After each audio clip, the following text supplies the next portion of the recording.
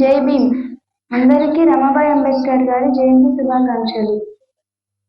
భారత రాజ్యాంగ నిర్మాత డాక్టర్ బిఆర్ అంబేద్కర్ గారి సతీమణి రమాబాయి అంబేద్కర్ ఫిబ్రవరి 7, 1898లో జన్మించారు.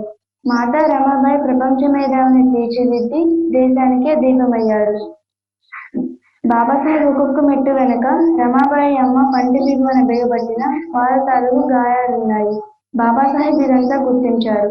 ఆమెకు గుర్తుగా 1941లో ఆయన రాసిన థాట్స్ ఆఫ్ పాకిస్తాన్ పుస్తకాన్ని అంకితం చేశారు. అతి తొందరగా నానుకున్న వారిని పోగొట్టుకున్న రమాబాయితో బాబాసాహెబ్ వివాహం 1906 బైకుల్లా మార్కెట్లో జరిగింది. అప్పుడు బాబాసాహెబ్కి 14 సంవత్సరాలు, రమాబాయికి 9 సంవత్సరాలు. అతి చిన్న వయసులోనే వివాహం జరగడం వల్ల రమాబాయి గారు చదువుకు దూరం అయ్యారు.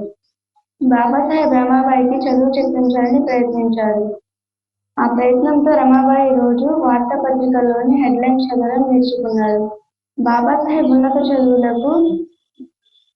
చదువుల కోసం డబ్బు ఖర్చు చేయాల్సి వచ్చింది.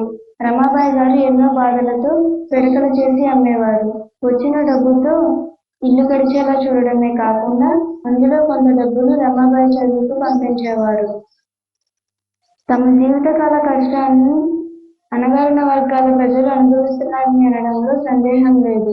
1907 నుండి మొదలైన బాబాసాహెబ్ చదువు ప్రస్థానం 1953 ఉస్మానియా యూనివర్సిటీలో గౌరవ డాక్టరేట్తో ముగిసింది.